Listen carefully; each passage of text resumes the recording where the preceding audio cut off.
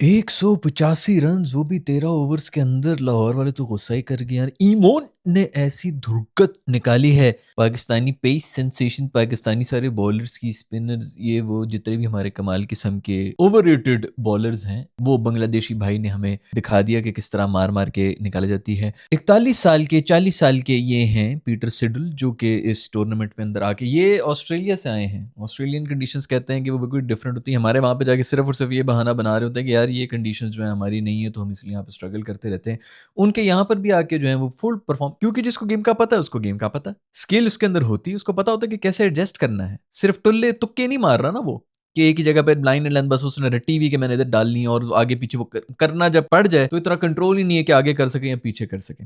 इसलिए गोरे जो है ना वो हर जगह जाके कुछ ना कुछ कर देते हैं, कम से कम इज्जत बचा लेते हैं। हमारे वाले वो भी नहीं कर सकते। खैर वो 41 साल के हैं, और हमारे सारे बॉलर्स में सबसे बेहतर जो है उन्होंने परफॉर्मेंस दी थी। फिर भी इतनी कुट खाई हमारे बॉलर्स ने तसल्ली से कि 185 रन खाए हुए थे लाहौर से। उसके अंदर भी पहला ओवर जो दिया गया था वो नया बच्चों को दिया, नया बॉल नया बच्चा, 13 ओवर का मैच है, पता भी है कि 3 ओवर का आपका पावर प्ले है भाई, उसको माफ कर दो, उसको बाद में कर दो। इन्होंने कहा जी पहला ही ओवर करा दो। पहले ओवर में तो लोग जो है वो जरा पिच समझने की कोशिश कर रहे होते हैं। उस बंदे ने वैसे पिच भी क्या समझानी होगी, पहली बॉल भी वाइड के जो है वो चौका दे दिया, उसके बाद फिर अगली बॉल के ऊपर वाइड के ऊपर चौका, 5-5 रन दे रहा है। तो अगलों ने कहा यार हमारा काम तो हो ही गया, अब तो बस ठीक है, अब तो मारने की बारी आ गई। तो मार मार के पहले ओवर में मैं हमें 24-25 रन पड़ गए थे। वहीं से मैच का जो है सारा एंड, वही 20 रन से ही जीते हैं, वहीं से मैच बदल गया था। लेकिन खैर नया बच्चा है, उससे बेचारे से क्या ही आप कंप्लेन करें। शाहीन जो है बिल्कुल दहाड़ता हुआ गया है। शाहीन मेरा दोस्त जो है वो जीता। रूफी ने आज फिर भी कुट खाई है, मतलब पूरी तरह से मैच उनके हाथ में था, फिर भी रूफी भाई ने तसल्ली से कुट खाई है। ऊपर से वो हुनैन शाह जो है उन्होंने भी अपनी खानदानी रवायत बरकरार रखते हुए पहले बड़ी अच्छी बॉलिंग कराई, पहले 2 ओवर अच्छे कराए थे पावर प्ले के अंदर आके।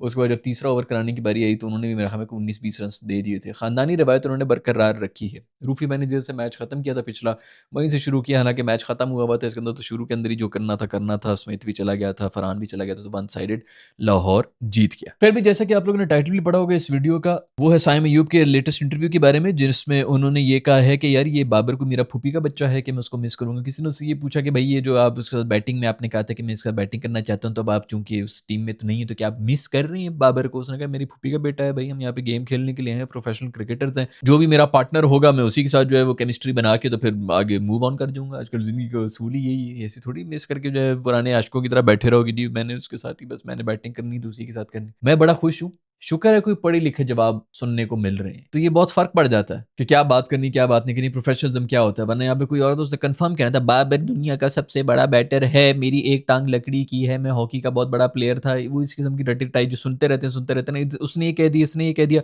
वो आके बोल देते हैं। कुछ समझ ही नहीं आ रहा था कि क्या बोलना है, क्या ओपिनियन रखना है, क्या नहीं करना। तो मेरा ख्याल में तो इस लिहाज से बिल्कुल ठीक बात उसने कर ली है। अब आई होप कि बाबर के जो फैंस हैं वो ना तब जाएं, वो ना कहीं इसको जलील करना शुरू हो जाएं, क्योंकि बेचारे के ऊपर वैसे ही बुरा वक्त तो चल रहा है, ना उसे बैटिंग हो रही ना उसे बॉलिंग हो रही है। 2 साल से फॉर्म के अंदर नहीं है, 1 साल से बेसिकली फॉर्म के अंदर नहीं है। बड़े गलत मौके पर आकर तुमने एक बड़ी ही काबिल और गयूर आवाम के साथ पंगा ले लिया दोस्त, अब अल्लाह ही तुम्हारा हाफिज है। लेकिन खैर भाई ने जो है इस तरह नहीं कहा था जिस तरह मैं कह रहा हूँ, बड़ी तमीज़ के दायरे में रह के उन्होंने बात की थी कि भाई ये हम प्रोफेशनल क्रिकेट खेल रहे हैं, इस तरह थोड़ी होता है कि हम इसको मिस करें उसको मिस करें। उससे तो मैंने पता नहीं कितने पार्टनर्स अपने बदले हैं, पता नहीं मेरे दिमाग क्यों इधर उधर जा रहा है कि ये किस किस्म के लोग हैं, क्या पार्टनर्स बदलते रहते हैं, पुराने वाले को छोड़ के उसके बारे में बात भी नहीं करना चाहिए। बट भाई सब कुछ छोड़ो, सबसे बड़ी ब्रेकिंग न्यूज़ ये है कि फ़खर जमान कोर्ट में जा रहा है। तो उसने कह दिया भाई मैं नहीं बैठूंगा, मेरे पे उन्होंने इल्जाम किस तरह लगा दी। बेसिकली बात कुछ और निकल के आ रही है बीच में से, बातें कुछ ये निकल के आ रही हैं कि ये सारा मामला पर्सनल खुन्नस का था। यहाँ पे जो सब लोग हम तारीफें कर रहे थे ना कि अंपायर ने बिल्कुल ठीक किया, अंपायर को ऐसे ही करना चाहिए था, हक बात के लिए खड़े हो गए अंपायर, बीच में से कोई और चक्कर निकल के आ रहे हैं। अंपायर्स वगैरह ये थे दुबई लीग के अंदर खेल रहे थे यही अंपायर से, इन्होंने फखर के खिलाफ कोई बात कर ली, फखर साहब ने इनकी शिकायत लगा दी, वो इन्होंने मेरे खिलाफ ये बात क्यों की है, यहाँ पर आके पीसीबी को शिकायत लगा दी। उन्होंने कहा ठीक है बेटा तूने हमारी शिकायत तो लगाई, अब देख हम तेरे साथ करते क्या है। ये वो खुन्नस निकल रही है भाई, वो पता नहीं क्या अपने कोई स्क्रीन दिखा रहा है मैसेजेस के कि देखिए भी मैंने तो इनकी पहली शिकायत कर ली थी, अब ये मेरे खिलाफ पर्सनल हुए हुए हैं, पता नहीं क्या उसकी तस्वीरें खींच रहे हैं, छुप छुप के रानों के बीच में कैमरे रखे हुए उसकी तस्वीरें खींच रहे हैं कि इसके हाथ में क्या क्या चीजें चीजें थी, ये क्या कुछ रगड़ रहा था बॉलों के ऊपर, वो कह रहा है मैंने कुछ भी नहीं किया, और बाकी ऐसे ही होगा, उसने कुछ भी नहीं किया होगा। शाहीन अफरीदी को चाहिए कि सामने आ जाए, रूफी को चाहिए कि वो सामने आ जाए कि भाई इसने कुछ नहीं किया, बाकी हमने किया था, हमने रगड़ा था बॉल को, लेकिन वो भी अब आगे नहीं आए। तो अब ये बोलेगा तो सही, आई एम प्रीटी श्योर फखर बोलेगा कि तुम लोग क्यों खामोश हो, बोलो अब अपने ऊपर डालो, मैं इसके ऊपर खिलाफ जो है वो नहीं रहूंगा। तो खैर अजाब बन गया है भाई, गंद बच गया है। और इस गंद का सोर्स क्या है? सोर्स ये है कि पर्सनल खुन्नस निकल रही है, आपस में लड़े हुए हैं, अंपायर साहब लड़े हुए हैं। आप सोच रहे हैं यार, मतलब किस किस्म के गंद लोगों के साथ यार, कब जान छूटेगी इन लोगों से यार, कब ये लोग कहीं दफा होंगे? कोई एक ऊपर काम का बंदा है जो आके कहे कि मैं थूकता हूं इनके टैलेंट के ऊपर, इसको भी बाहर करो, उसको भी बाहर करो, और उसको तीनों को रैप करके कूड़े के ड्रम में फेंको, उनसे जान छुड़ाओ, ड्रेसिंग रूम से ये गंद निकालो।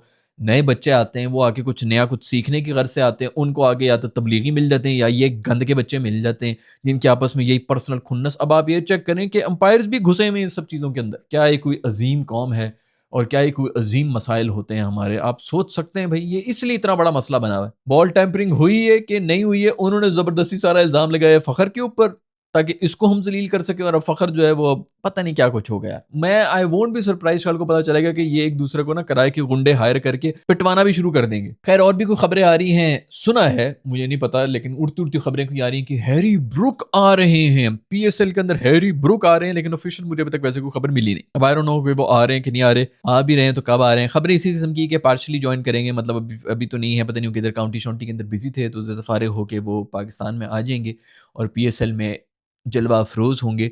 और पीएसएल में भला कौन सी टीम के अंदर आएंगे? इस्लामाबाद यूनाइटेड में आएंगे। यानी मेरा दोस्त शादाब की ईद ही ईद है, उसने भी ऐसी टीम बनाई हुई होती है, वो भाई अब तो मेरे को पागल हो जाएगा।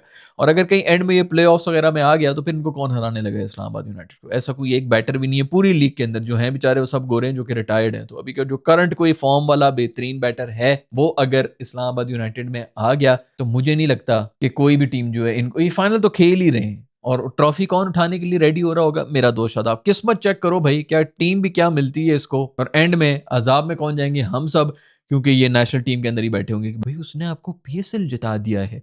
अब हम कहते हैं डोमेस्टिक को इज्जत दो। आपको ये तो पता ही है कि डोमेस्टिक की कंडीशंस कैसी होती हैं, उसके स्टैंडर्ड से तो ऊपर ही स्टैंडर्ड होता है ना पीएसएल का।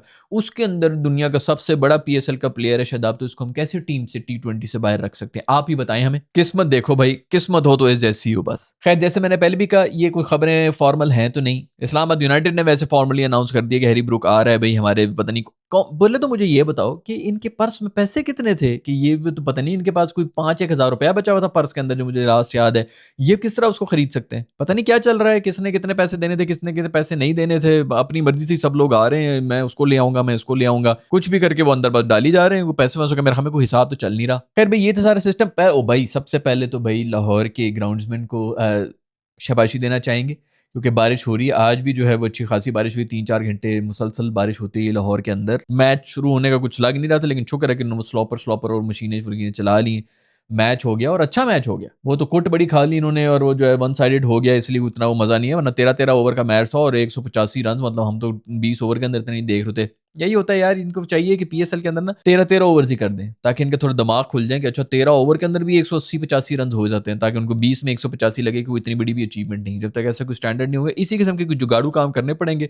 अदरवाइज हमारी टीमों का तो अल्लाह ही हाफिज, और हमारे प्लेयर्स का भी जो माइंड है ना, वो खुलने की मूड भी नहीं है। तो खैर अच्छी बात है कि लाहौर का मैच हो गया, वरना जितनी बारिशें हो रही थी लग बड़ा मुश्किल रहा था। अगर आप लोगों ने मैच देखा है तो मुझे बताएं आपका मैन ऑफ द मैच कौन था, आपको किसकी परफॉर्मेंस अच्छी लगी, किसकी नहीं लगी। I will see in the next video. Bye.